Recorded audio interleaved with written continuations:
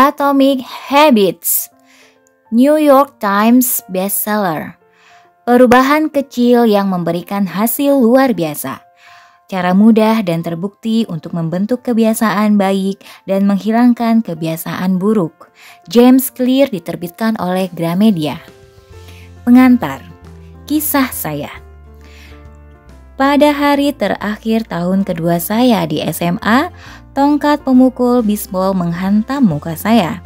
Ketika seorang teman mengambil giliran memukul, tongkat pemukul terlepas dari tangannya dan terbang ke arah saya sebelum menghantam langsung ke bagian di antara kedua mata saya. Saya tidak punya ingatan tentang peristiwa benturan yang dahsyat itu. Tongkat pemukul itu menghantam muka saya begitu kuat sehingga hidung saya berubah bentuk menjadi seperti huruf U. Benturan itu membuat jaringan lunak otak saya terempas ke dinding dalam tengkorak saya. Dalam seketika, pembengkakan langsung menyebar ke seluruh kepala. Dalam sepersekian detik, hidung saya patah. Ada sejumlah fraktur tengkorak dan ada 2 serpi kelopak mata yang rontok. Ketika membuka mata, saya melihat orang-orang menatap saya dan memburu untuk memberikan bantuan. Saya menunduk dan melihat bintik-bintik merah di baju saya.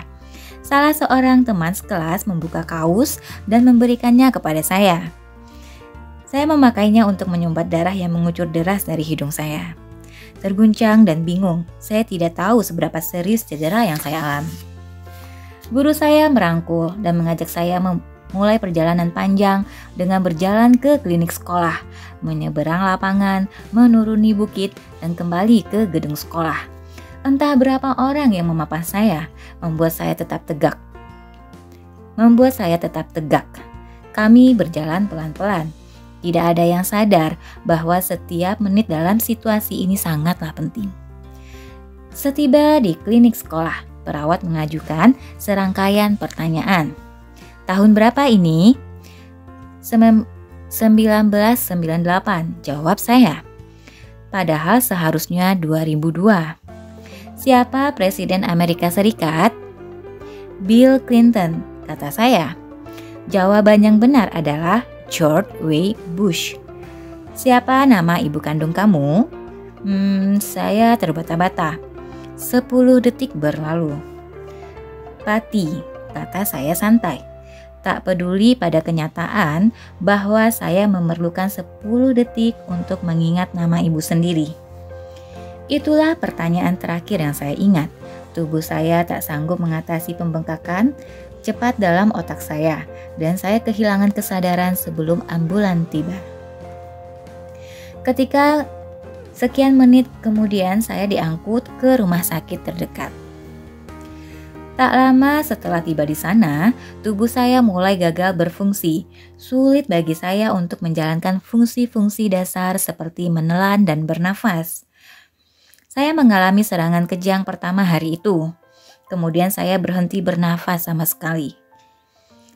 Sementara dokter bergegas memasok saya dengan oksigen, mereka juga memutuskan rumah sakit daerah itu tidak memadai untuk menangani situasi saya dan meminta helikopter menerbangkan saya ke rumah sakit yang lebih besar di Cincinnati.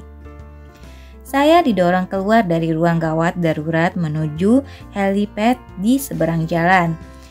Kereta dorong terguncang-guncang di sepanjang jalan ketika seorang perawat mendorong saya sementara perawat lain tak henti memompakan oksigen. Ibu saya yang sudah tiba di rumah sakit beberapa saat sebelumnya naik ke helikopter menemani saya. Saya belum sadar dan tak mampu bernafas sendiri. Sementara ibu saya terus memegangi tangan saya selama penerbangan. Ketika ibu saya menemani saya dalam helikopter, ayah saya pulang untuk memberitahu saudara-saudara saya.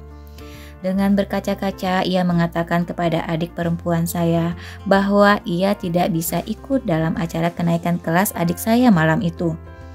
Setelah menitipkan adik-adik saya kepada keluarga dan teman, ia berkendara ke Cincinnati untuk menemani ibu saya.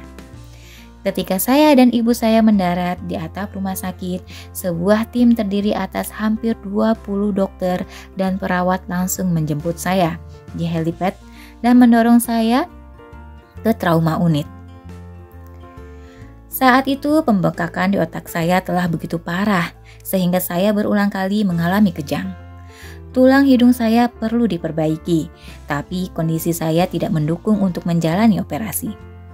Setelah sekali lagi mengalami kejang, pada hari ketiga, saya mulai dibuat koma dan bernafas dengan menggunakan bantuan ventilator.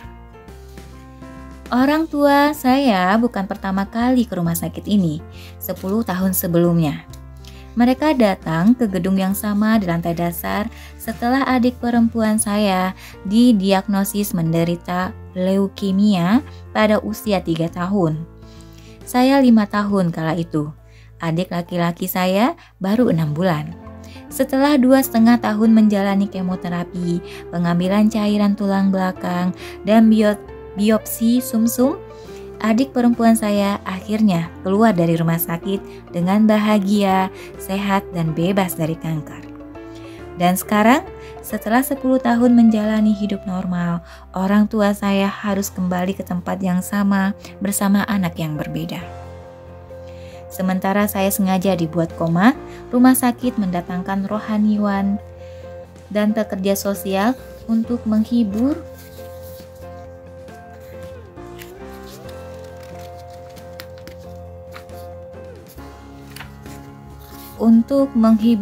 orang tua saya. Ia orang yang sama yang pernah menemui mereka 10 tahun lalu, setelah tahu adik saya menderita kanker. Ketika siang berubah menjadi malam, beberapa mesin membuat saya tetap hidup. Orang tua saya berusaha tidur di karpet rumah sakit. Mereka sangat kelelahan, tapi bolak-balik terbangun dengan rasa cemas. Belakangan ibu saya bercerita, itu malam paling buruk yang pernah aku alami. Sembuh. Syukurlah, esok paginya saya mampu bernafas lagi. Sampai ke tingkat yang membuat para dokter berani melepaskan saya dari kondisi koma. Ketika akhirnya kesadaran saya kembali, ternyata saya kehilangan kemampuan mencium bau. Sebagai uji, seorang perawat meminta saya meniup dengan hidung, kemudian mengendus sekotak jus apel. Indra penciuman saya kembali, tapi yang di luar dugaan, aksi mengembus nafas kuat-kuat ternyata memaksa udara menembus bocor pada tulang kelopak mata dan mendorong mata kiri saya keluar. Bola mata saya keluar dari rongga orbitalnya. Dan tidak lepas hanya karena masih ada serabut saraf yang menghubungkannya dengan otak. Menurut dokter mata, bola mata saya perlahan-lahan akan kembali ke tempat semula sejalan dengan terlepasnya udara yang terjebak. Tapi entah berapa lama waktu yang diperlukan. Saya dijadwalkan menjalani operasi 1 pekan kemudian, yang berarti saya masih harus beristirahat beberapa waktu lagi. Saya seperti petinju yang babak belur dalam turnamen tinju, tapi saya boleh meninggalkan rumah sakit. Saya pulang dengan hidung patah, belasan fraktur pada wajah, dan mata kiri yang nyaris lepas. Bulan-bulan berikutnya terasa sulit. Rasanya seolah-olah segala sesuatu dalam hidup ditunda sejenak. Selama beberapa pekan penglihatan saya ganda, dan saya secara harfiah tidak bisa melihat lurus ke depan. Sebulan lebih kemudian, bola mata saya akhirnya kembali ke posisi normalnya. Karena kadang-kadang masih kejang-kejang dan penglihatan masih bermasalah, 8 bulan kemudian saya baru dapat mengendarai mobil lagi. Saat fisioterapi saya melatih pola-pola motorik dasar seperti berjalan mengikuti garis lurus, saya bertekad tidak membiarkan kecelakaan itu meruntuhkan semangat saya. Tapi tak jarang saya merasa tertekan dan sangat galau. Perih sekali rasanya ketika sadar betapa jauh jalan yang harus saya tempuh untuk kembali ke lapangan bisbol 1 tahun kemudian. Bisbol selalu menjadi bagian utama dalam hidup saya. Ayah saya pernah bermain untuk sebuah klub liga kecil bernama St. Louis Cardinals, dan saya mempunyai mimpi untuk bermain secara profesional. Setelah rehabilitasi selama berbulan-bulan, yang saya inginkan lebih dari yang lain adalah kembali ke lapangan. Namun, upaya kembali ke lapangan bisbol tidaklah mulus. Ketika musim pertandingan digelar, saya satu-satunya siswa tahun pertama yang tidak lolos ke tim bisbol utama. Saya pernah bermain bersama siswa tahun kedua pada kejuaraan tim cadangan. Saya telah bermain bisbol sejak usia 4 tahun, dan bagi seseorang yang telah sangat berpengalaman dalam olahraga ini, tidak lolos ke tim utama sangatlah memalukan. Saya masih ingat sekali peristiwa hari itu. Saya duduk di mobil dan menangis sambil mencari-cari gelombang di radio, mendengarkan lagu-lagu penghibur kegalauan saya. Setelah setahun tanpa rasa percaya diri, pada tahun keempat saya berusaha masuk ke tim utama lagi, tapi jarang berhasil di lapangan. Secara keseluruhan saya memainkan 11 inning dan dalam pertandingan bisbol tim utama. Hampir tidak mencapai 1 game pun. Terlepas dari karir bisbol yang kurang cemerlang di SMA, saya masih percaya dapat menjadi pemain besar. Dan saya tahu supaya segalanya membaik, sayalah satu-satunya yang bertanggung jawab untuk mewujudkannya. Titik perubahan datang 2 tahun setelah kecelakaan itu, ketika saya mulai kuliah di Denison University. Itu awal baru, dan di situ untuk pertama kalinya saya menemukan kekuatan dahsyat kebiasaan-kebiasaan kecil. Bagaimana saya belajar tentang kebiasaan? Kuliah di Denison adalah salah satu keputusan terbaik saya dalam hidup. Saya mendapat posisi dalam tim bisbol dan walaupun berada di urutan terbawah sebagai mahasiswa baru, kegembiraan saya meluap-luap. Meskipun sempat kacau ketika di SMA, saya berhasil menjadi atlet universitas. Saya sadar belum akan dimainkan dalam tim bisbol dalam waktu dekat. Jadi saya fokus pada upaya mengatur diri. Sementara teman-teman begadang untuk mengobrol atau bermain video game, saya membangun kebiasaan tidur yang baik dengan tidur lebih dini setiap malam. Di dunia asrama mahasiswa yang serba bebas dan jorok, saya bertekad membuat kamar saya tetap bersih dan rapi. Perbaikan-perbaikan ini remeh, tapi memberi kesan mampu mengendalikan hidup. Saya mulai merasa percaya diri lagi, dan kepercayaan diri yang meningkat ini berimbas ke kelas karena kebiasaan-kebiasaan belajar saya ikut membaik. Dan saya berusaha meraih A untuk semua mata kuliah selama tahun pertama. Kebiasaan adalah rutinitas atau perilaku yang dijalankan secara teratur.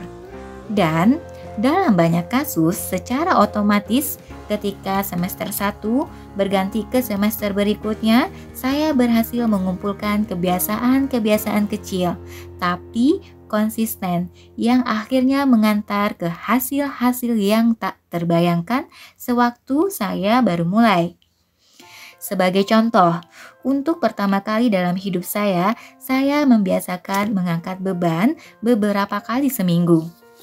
Dan pada tahun-tahun berikutnya, tubuh saya yang setinggi 190 cm bertambah kekar dengan bobot naik dari 85 kg menjadi 100 kg. Ketika musim pertandingan tahun kedua dimulai, saya mendapat posisi awal sebagai pitcher. Pada tahun berikutnya, saya terpilih sebagai kapten tim. Dan pada penghujung tahun, saya terpilih menjadi anggota tim utama. Namun, baru pada musim tahun terakhir saya, kebiasaan-kebiasaan tidur, belajar, dan latihan fisik sungguh mulai mendatangkan hasil. 6 tahun setelah kecelakaan terhantam pemukul bisbol tepat di wajah, diterbangkan ke rumah sakit, dan sengaja dibuat koma, saya terpilih sebagai atlet putra terbaik Denison University. Dan salah satu ESPN Academic All-American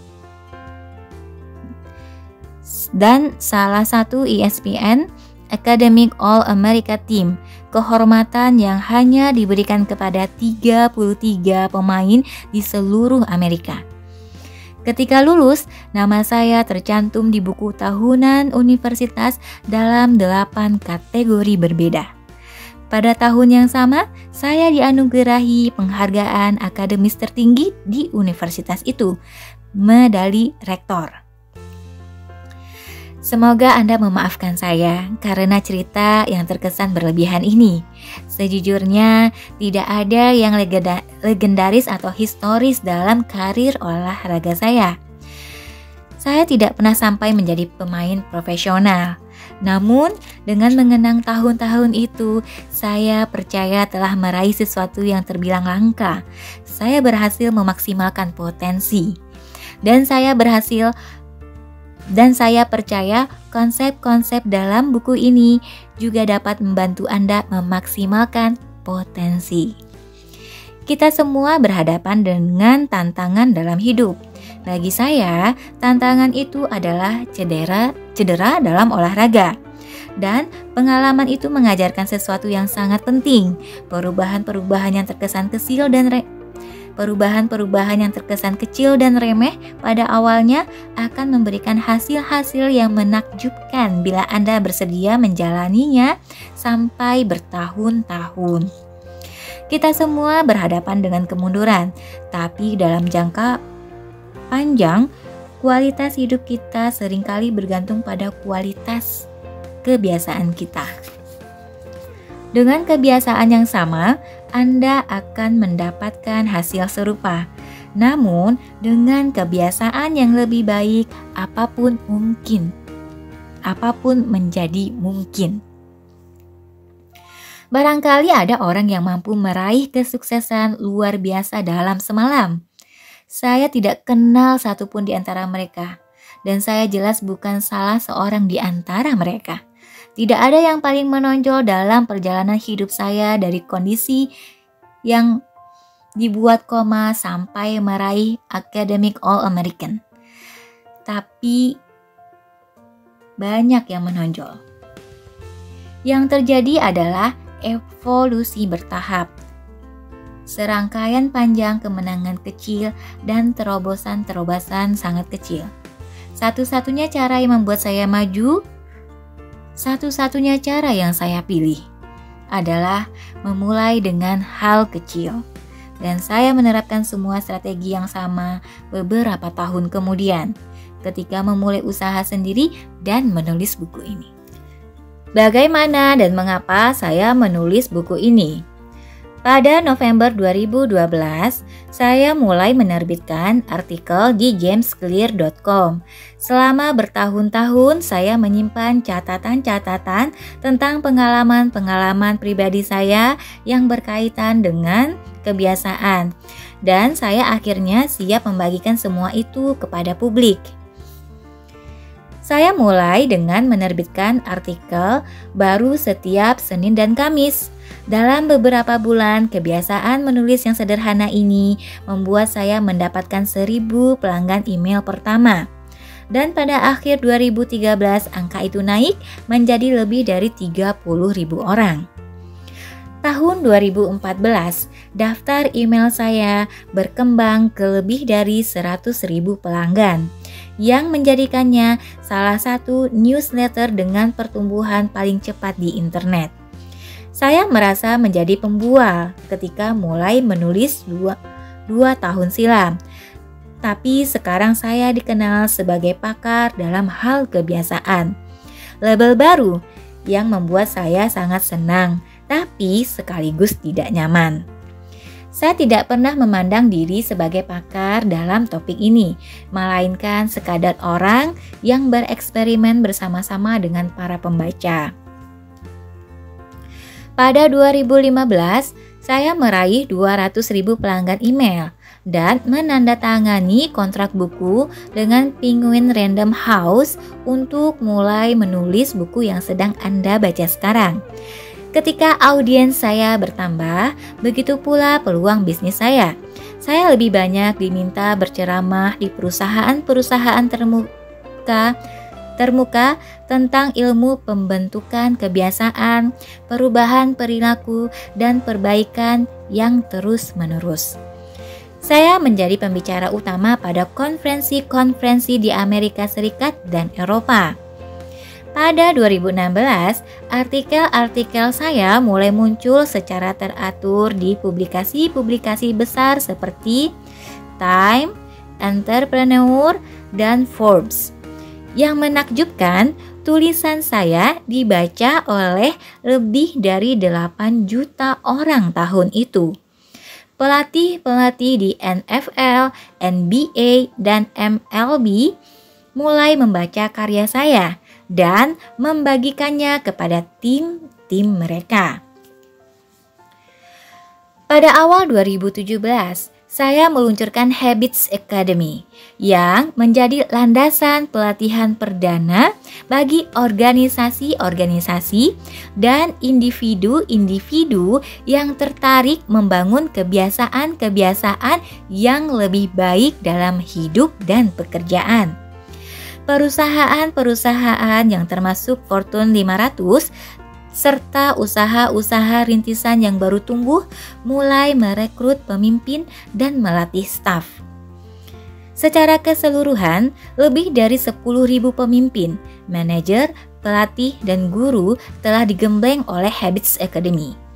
Dan karya saya bersama mereka telah mengajarkan banyak sekali kepada saya tentang apa yang diperlukan untuk membuat kebiasaan-kebiasaan tersebut berhasil di dunia nyata. Sewaktu saya memberikan sentuhan akhir pada buku ini dalam 2018, jamesclear.com menerima jutaan pengunjung per bulan dan hampir 500.000 orang menjadi pelanggan untuk email newsletter saya. Jumlah yang sungguh di luar dugaan ketika saya baru mulai, karena berpikir tentang hal itu pun dulu saya tidak berani. Bagaimana buku ini akan bermanfaat bagi Anda? Pengusaha dan investor Naval Ravikant berkata, untuk menulis buku yang hebat, mula-mula Anda harus menjadi buku itu. Saya mulai mengetahui gagasan-gagasan yang disebutkan di sini karena saya terpaksa mempraktikkannya. Saya harus mengandalkan kebiasaan-kebiasaan kecil untuk bangkit dari cedera, agar menjadi lebih kuat secara fisik, agar dapat tampil berprestasi di lapangan, agar dapat menjadi penulis, agar dapat membangun bisnis yang sukses, dan sekadar untuk berkembang menjadi orang dewasa yang bertanggung jawab. Kebiasaan-kebiasaan kecil membantu memaksimalkan potensi saya. Dan karena Anda memilih buku ini, saya menebak bahwa Anda juga ingin memaksimalkan potensi Anda. Di halaman-halaman mendatang, saya membagikan rencana selangkah demi selangkah untuk membangun kebiasaan yang lebih baik. Bukan untuk beberapa hari atau minggu, tapi seumur hidup. Meskipun sains mendukung semua yang telah saya tulis, buku ini bukan makalah penelitian ilmiah. Buku ini petunjuk pelaksanaan. Anda akan menemukan kebijaksanaan dan saran praktis di bagian depan dan di bagian tengah. Sementara saya menerangkan ilmu di balik cara menciptakan dan mengubah kebiasaan-kebiasaan Anda yang mudah dipahami dan diterapkan. Bidang-bidang yang saya manfaatkan: biologi, ilmu syaraf, filsafat, psikologi, dan sebagainya, sudah ada bertahun-tahun. Yang saya tawarkan kepada Anda adalah sintesis gagasan-gagasan terbaik yang pernah terpikir oleh orang-orang cerdas sejak lama. Yang terpikir oleh orang-orang cerdas sejak lama sekali, serta temuan-temuan paling menarik yang dibuat oleh ilmuwan belakangan ini. Sumbangan saya Semoga adalah menemukan gagasan-gagasan yang paling penting dan mengaitkannya sedemikian sehingga sangat mudah diterapkan. Apapun yang baik dalam buku ini adalah jasa banyak pakar sebelum saya. Sedangkan apapun yang konyol, anggaplah itu kesalahan saya. Tulang punggung buku ini adalah model kebiasaan 4 langkah saya. Mendapatkan petunjuk, Q. Menumbuhkan gairah, craving, menanggapi, respons, dan menikmati hasilnya, reward. Dan 4 kaidah perubahan perilaku yang berkembang dari langkah-langkah tadi. Pembaca yang berlatar belakang psikologi mungkin mengenali sebagai istilah ini dari operant conditioning. Yang pertama kali didalilkan sebagai stimulus response reward oleh B.F. Skinner pada 1930-an dan belum lama ini dipopulerkan sebagai Q routine reward dalam The Power of Habit of Charles Duhigg.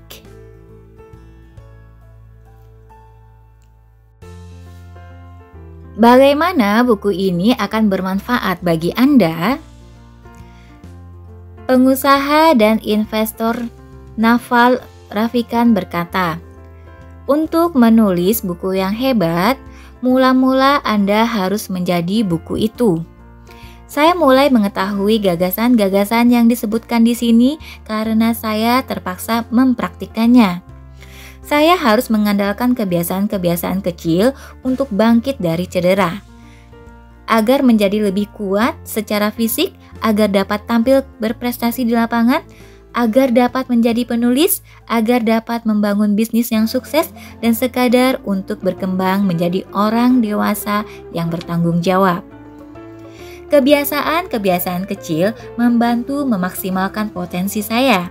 Dan karena Anda memilih buku ini, saya menebak bahwa Anda juga ingin memaksimalkan potensi Anda. Di halaman-halaman mendatang, saya membagikan rencana selangkah demi selangkah untuk membangun kebiasaan yang lebih baik. Bukan untuk beberapa hari atau minggu, tapi seumur hidup. Meskipun sains mendukung semua yang telah saya tulis, buku ini bukan makalah penelitian ilmiah. Buku ini petunjuk pelaksanaan. Anda akan menemukan kebijaksanaan dan saran praktis di bagian depan dan di bagian tengah. Sementara saya menerangkan ilmu di balik cara menciptakan dan mengubah kebiasaan-kebiasaan Anda yang mudah dipahami dan diterapkan. Bidang-bidang yang saya manfaatkan, biologi, ilmu syaraf, filsafat, psikologi, dan sebagainya, sudah ada bertahun-tahun. Yang saya tawarkan kepada Anda adalah sintesis gagasan-gagasan terbaik yang pernah terpikir oleh orang-orang cerdas sejak lama.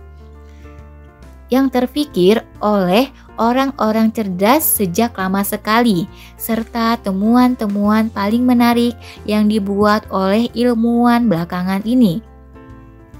Sumbangan saya semoga adalah menemukan gagasan-gagasan yang paling penting dan mengaitkannya sedemikian sehingga sangat mudah diterapkan.